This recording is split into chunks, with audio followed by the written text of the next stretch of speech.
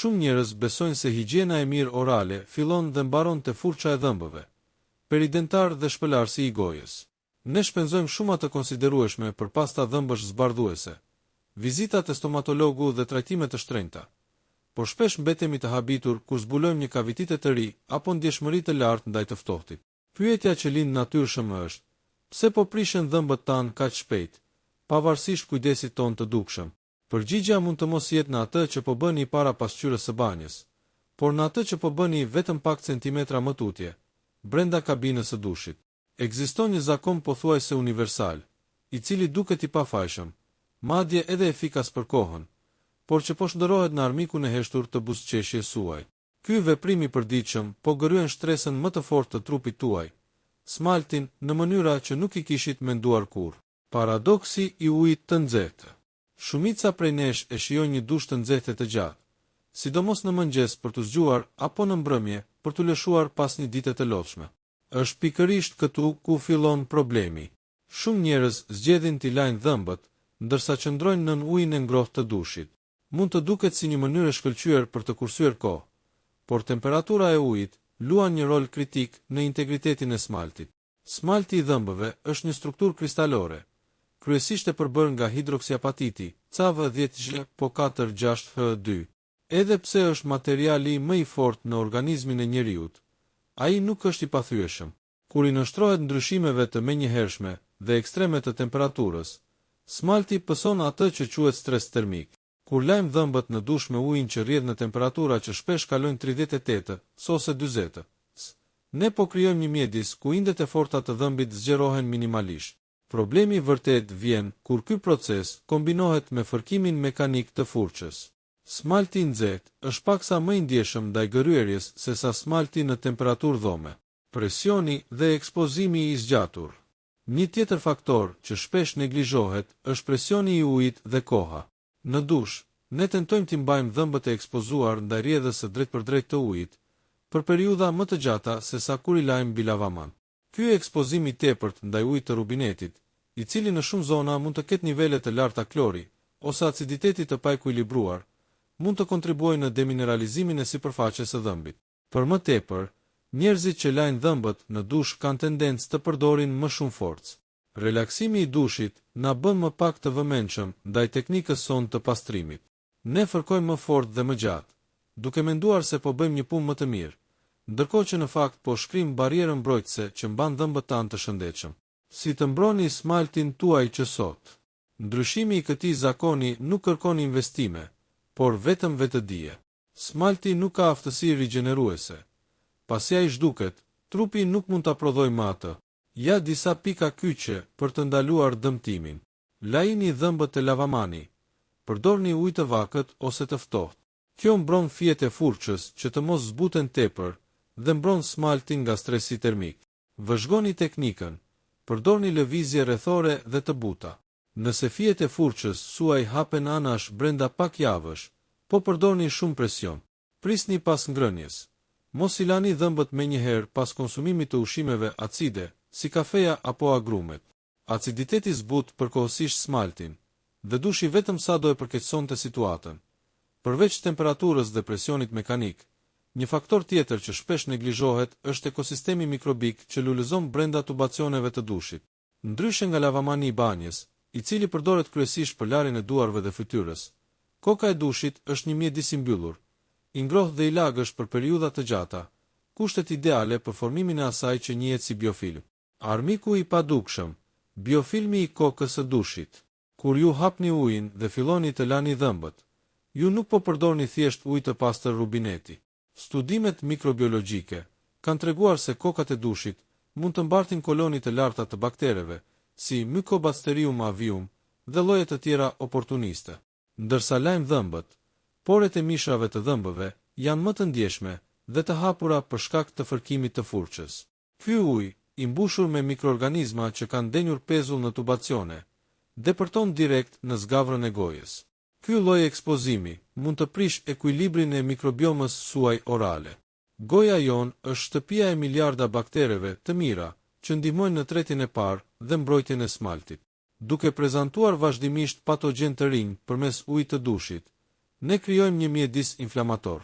Ky inflamacion i lehtë por i vazhdueshëm i mishrave të dhëmbëve, gingiviti i heshtur, çon në tërheqjen e tyre, duke ekspozuar cementumin pjesën e rrënjës së dhëmbit që nuk ka mbrojtjen e fortë të smaltit. Lagështia dhe furça e dhëmbëve. Një gabim tjetër fatal që ndodh shpesh është lënia e furçës së dhëmbëve brenda në dush pas përdorimit. Banja dhe veçanërisht kabina e dushit mbetet e lagësh për orë të tëra pas përdorimit. Kur një furçë dhëmbësh nuk thahet plotësisht midis përdorimeve, ajo bëhet një vatër infeksioni. Fijet e lagura të furçës mbartin lagështi brenda strukturës së tyre polimere, duke lejuar mykun dhe bakteret të rriten në bazën e kokës së furçës. Herën tjetër që ju i lani dhëmbët, ju po fërkoni këto baktere direkt mbi smaltin tuaj. Kjo mund të çojë në një rritje të shpejtë të pllakës bakteriale, e cila prodhon acide që sulmojnë drejt për drejt kalciumin e dhëmbëve. Ndryshimi kimik i pështymës në dush. Pështymat tona luajnë rolin e një mburoje natyrale. Ajo ka një pH neutral dhe është e pasur me minerale që rimineralizojnë smaltin pas ngrënies. Megjithatë, procesi i larjes së dhëmbëve në ujin e vazhdueshëm të dushit shpëlan pështymën shumë më shpejt se sa larja tradicionale te lavamani. Pa praninë e mjaftueshme të pështymës gjatë dhe menjëherë pas larjes, dhëmbi mbetet i pambrojtur ndaj gërryerjes mekanike. Ky proces quhet erozioni i përshpejtuar. Në vend që pasta e dhëmbëve të qëndrojë në kontakt me dhëmbin për të vepruar, sidomos nëse përmban fluor apo hidroksiapatit për riparim, ajo shpëlahet menjëherë nga uji i dushit, duke e bërë procesin e larjes pothuajse të padobishëm për mbrojtjen afatgjat. Si të kuptoni nëse smalti juaj po dëmtohet? Nëse dyshoni se ky zakon po ju dëmton, vëzhgoni këto shenja. Transparenca. Buzët e dhëmbëve tuaj, sidomos të prersit, duken paksa transparente ose si qelq. Zverdhja. Ndërsa smalti hollohet, dentina e verdh poshti bëhet më e dukshme. Ndjeshmëria. Ndjeni dhimbje të mprehtë kur pini ujë të ftohtë apo hani diçka të nxehtë. Humbja e shkëlqimit. Dhëmbët duken të matë dhe pa jetë, pavarësisht se i lani rregullisht. Për të kuptuar pse ky zakon në dush është kaq shkatërues, duhet të zhytemi më thellë në kimin e gojës dhe në atë që ndodh në nivel mikroskopik, ku ne kombinojmë ujin e nxehtë, avullin dhe mbetjet ushqimore që kemi konsumuar gjatë ditës. Ndërveprimi i dietës moderne me avullin e dushit. Dietat tona sot janë të mbushura me karbohidrate të rafinuara dhe sheqerna të fshehura. Kur hani, bakteret në gojën tuaj, si Streptococcus mutans, fillojnë të ushqehen me këto sheqerna dhe prodhojnë acid si mbetje. Ky acid ul fin e gojës suaj në nivelin kritik prej 5-5.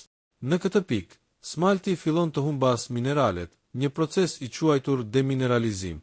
Kur ju hyni në dush menjëherë pas një vakti, trupi juaj është në një gjendje aciditeti kulmor. Avulli i nxehtë i dushit i hap poret e indeve të buta dhe rrit qarkullimin e gjakut në mishrat e dhëmbëve. Gjë që teorikisht është e mirë, por jo kur shoqërohet me aciditetin e mbetur. Nxehtësia rrit shpejtësinë e reaksioneve kimike. Sipas parimeve të termodinamikës, acidet bëhen më agresive në temperatura më të larta. Larja e dhëmbëve në këtë mjedis të nxehtë dhe acid do të thotë që ju po fërkoni acidin më thellë në strukturën e dobësuar të smaltit. Procesi i erozionit të fshehtë. Erozioni dentar ndryshon nga kariesi, vrimat tradicional, ndërsa kariesi shkaktohet nga bakteret. Erozioni është humbja e pastër kimike e sipërfaqes së dhëmbit. Në dush, ky proces përshpejtohet për 3 arsye kryesore. Zbutja termike. Siç u përmend, nxehtësia zbut matricën organike të smaltit. Diluimi i pështymës. Pështymës i duhen rreth 30 deri në 60 minuta për të neutralizuar acidet pas ngrënies. Duke i larë dhëmbët në dush, ju e shpëlani këtë pështym mbrojtëse me ujë të thjeshtë, i cili nuk ka të njëjtat veti tamponuese, buffering capacity. Abrazioni mekanik. Shumë njerëz përdorin koka dushi me presion të lartë. Goditja vazhdueshme e ujit në sipërfaqen e dhëmbëve të sapo pastruar mund të largojë shtresën mikroskopike të sapo remineralizuar që pasta e dhëmbëve përpiqet të krijojë. Ndikimi në dentin dhe ndjeshmëria e lartë. Kur smalti hollohet mjaftueshëm, ekspozohet dentina. Dentina është shumë e butë se smalti dhe përmban mijëra kanale të vogla, tubujt dentar, që çojnë direkt te nervi i dhëmbit. Nëse vazhdoni t'i lani dhëmbët në dush, uji i nxehtë depërton në këto kanale më shpejt se uji në temperaturë dhome. Kjo shpjegon pse shumë njerëz që kanë këtë zakon fillojnë të ndjejnë shkrepje elektrike ose dhimbje të mpret sa herë që pin diçka të ftohtë, apo edhe kur thithin ajër të ftohtë me gojë. Ky është fillimi i degradimit të pariparueshëm të pulpës dentare. Rreziku i cross-contamination, kontaminimit të kryqëzuar. Ne shpesh mendojmë për dushin si një vend pastrimi, por mikrobiologjikisht është një nga zonat më të ndotura të shtëpisë. Kur laheni, grimcat e sapunit, shampos dhe qelizat e vdekura të lëkurës që shpëlahen nga trupi juaj, qëndrojnë pezull në forma aerosoli, mjegull e imët. Nëse mbani gojën hapur për të larë dhëmbët, ose për të shpëlar gojën në ujin e dushit, ju po thithni dhe gëlltitni këto aerosole, që përmbajnë mbetje kimike të produkteve të trupit dhe bakteret e lëkurës, si Staphylococcus aureus. Megjithse stomaku mund të përballojë shumë prej tyre, mukoza e gojës mund të irritohet, duke krijuar vatra për afte ose ulqera që vështirësojnë mbajtjen e higjienës korrekte. Si të ndryshoni rutinën për të shpëtuar buzëqeshjen tuaj? Nëse dëshironi të ndaloni këtë proces dhe të filloni forcimin e smaltit, duhet të ndiqni një protokoll të ri. Rregulli i 30 minutave. Asnjëherë mos i lani dhëmbët brenda 30 minutave pas ngrënies dhe asnjëherë brenda në dush. Përdorni ujë të filtruar ose të ftohtë. Për shpëlarjen e gojës, uji i ftohtë ndihmon në mbylljen e poreve të mishrave dhe nuk irriton smaltin. Teknika dry brushing. Provoni t'i lani dhëmbët me furçë të thatë fillimisht për të hequr pllakën mekanikisht dhe pastaj shtoni pastën. Kjo parandalon dëmtimin që shkakton uji i tepërt. Një nga arsyet kryesore pse njerëzit zgjedhin të lajnë dhëmbët në dush është ideja se po bëjnë një pastrim më të thellë dhe më efikas. Megjithatë, realiteti estetik është krejtësisht i kundërt. Ky zakon është një nga shkaktarët kryesor të zverdhjes së pariparueshme të dhëmbëve, pavarësisht përdorimit të pastave zbardhuese. Miti i zbardhjes dhe realiteti i smaltit të holluar. Ngjyra e bardhë e dhëmbëve tan nuk vjen nga brendësia e tyre, por nga trashësia dhe densiteti i smaltit. Smalti i vet është gjysmë transparent. Ajo që ne shohim si bardhësi është drita që reflektohet nga kjo shtresë e fortë kristalore. Poshtë smaltit ndodhet dentina, e cila ka një ngjyrë natyrale të verdhë të ndezur. Kur i lani dhëmbët në dush, kombinimi i nxehtësisë dhe fërkimit të tepërt shkakton atë që quhet erozioni i fshehtë.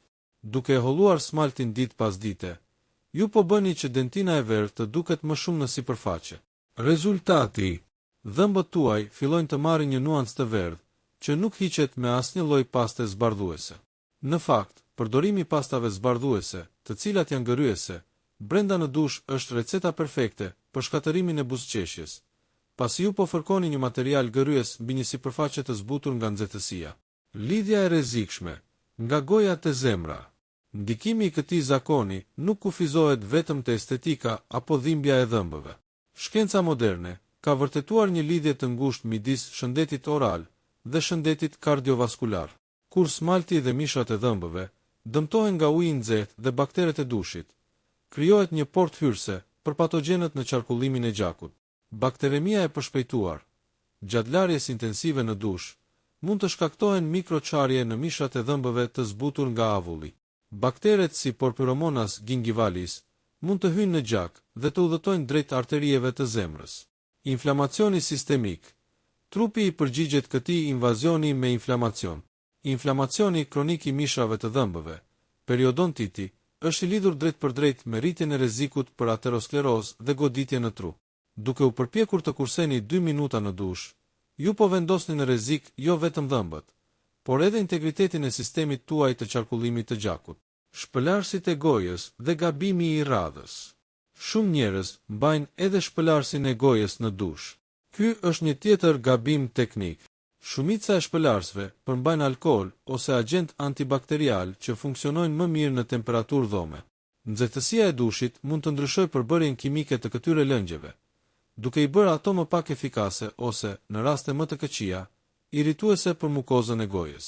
Për më tepër, shpëlarja e gojës me njëherë pas larjes, sidomos në dush ku uji rrjedh vazhdimisht, largon të gjithë florin mbrojtës që pasta sapo ka depozituar në dhëmbë. Rregulli i artë është: pështy, por mos shpëlaj. Në dush, ky rregull është pothuajse i pamundur të ndiqet për shkak të pranisë së ujit kudo. Si të filloni procesin e rimineralizimit. Nëse e keni bërë këtë gabim për vite me radhë, nuk është vonë për të vepruar. Edhe pse smalti i humbur nuk kthehet, ju mund të forconi atë që ka mbetur. Kaloni te furça elektrike me sensor presioni. Kjo do t'ju ndaloj të fërkoni shumë fort, një zakon që përkeqësohet në dush. Përdorni pastë me hidroksiapatit. Ky mineral është përbërësi kryesor i smaltit dhe ndihmon në mbylljen e tubujve të hapur të dentinës, duke reduktuar ndjeshmëri. Vakte të pasura me vitamin K2 dhe D3. Këto vitamina drejtojnë kalciumin drejt dhëmbëve dhe kockave, duke ndihmuar strukturën e brendshme të dhëmbit të mbetet e fortë. Përtej dëmtimit kimik dhe bakterial, ekziston një fenomen mekanik që ndodh shpesh nën presionin e ujit të nxehtë, bruksizmi i pavetëdijshëm dhe tensioni i inofullës. Ky është një aspekt që pak njerëz e lidhin me dushin, por që ka pasoja shkatëruese për integritetin strukturor të dhëmbëve tuaj. Tensioni muskulor dhe thyerjet mikroskopike. Ndonse dushi konsiderohet si një vend relaksi, trupi ynë shpesh reagon ndaj temperaturave të larta të ujit me një lloj tensioni muskulor mbrojtës. Shumë njerëz, pa e kuptuar, shtrëngojnë nofullat ndërsa uji godet në shpinë ose në kokë.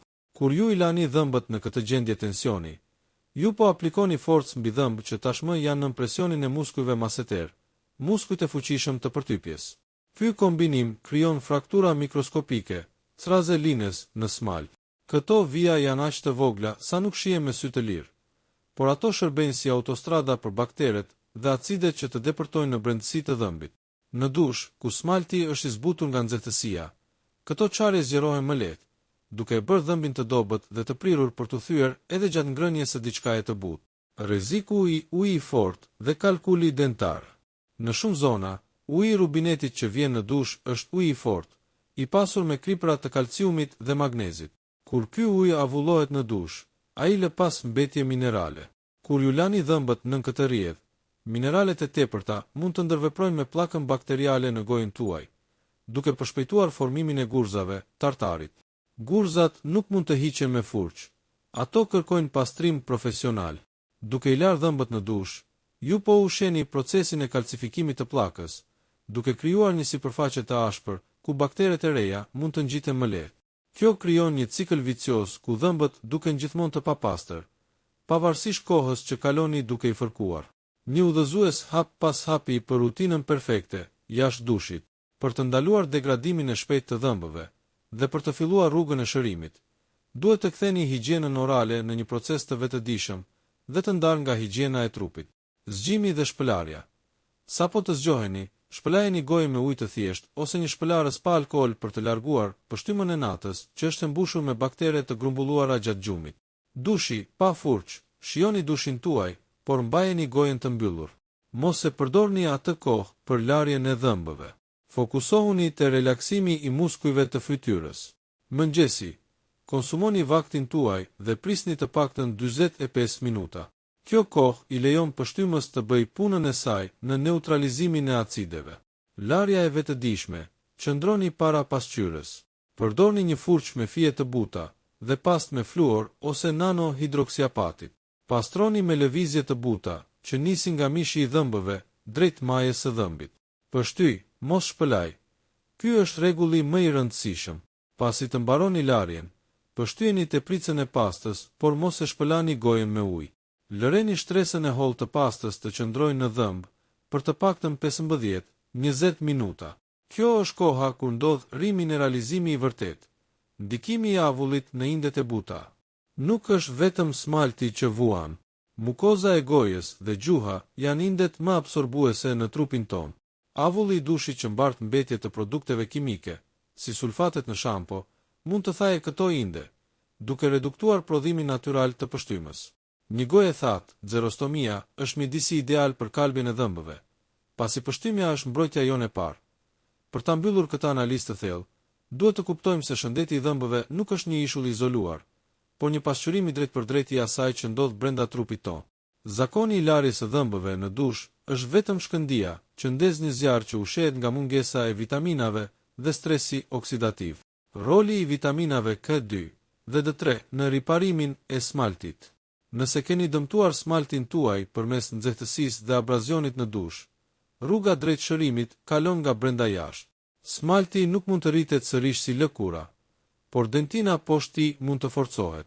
Vitamina D3 vepron si një menaxher që thith kalciumin nga ushqimi, ndërsa vitamina K2 është polici i qarkullimit që e dërgon atë kalcium direkt te dhëmbët dhe kockat, duke parandaluar që ai të depozitohet në arterie. Pa këto dy elemente, dhëmbët tuaj mbeten poroz dhe të thyeshëm, pavarësisht sa pasta të shtrenjta përdorni. Antioksidantët dhe shëndeti i mishrave, gingivave. Dëmtimi që shkakton avulli dhe bakteret e dushit të mishrat e dhëmbëve mund të luftohet përmes antioksidantëve. Mishrat e dhëmbëve janë indet me qarkullimin më të shpejt të qelizave.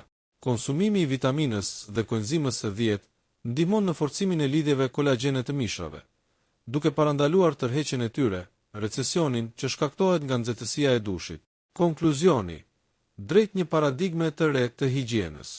Ajo që filloi si një kursim i pafajshëm kohe në ujin e ngrohtë, doli të ishte një proces shkatërues për marmorizimin e buzëqeshjes suaj. Shëndeti oral kërkon respekt, kohë dhe mbi të gjitha, temperaturën e duhur. Për mbledhje e hapave kritik. Ndalo menjëherë larjen e dhëmbëve në dush. Rregullo temperaturën. Përdor vetëm ujë të vakët ose të ftohtë për gojen. Mbro mikrobiomën. Mos e mbyt gojen me ujë rubineti të mbushur me klor gjatë kohës që fjet e furçës po pastrojnë. Investo te nanohidroksiapatiti. Kjo teknologji zëvendëson gradualisht mineralet e humbura në sipërfaqen e smaltit. Dhëmbët tuaj janë mjeti i vetëm që nuk mund të zëvendësohet biologjikisht. Duke i nxjerrë ata nga dushi dhe duke i kthyer në qendër të një rutine të dedikuar dhe të vetëdijshme, ju nuk po shpëtoni vetëm buzëqeshjen, por po mbrojni të gjithë organizmin tuaj nga inflamacioni i heshtur.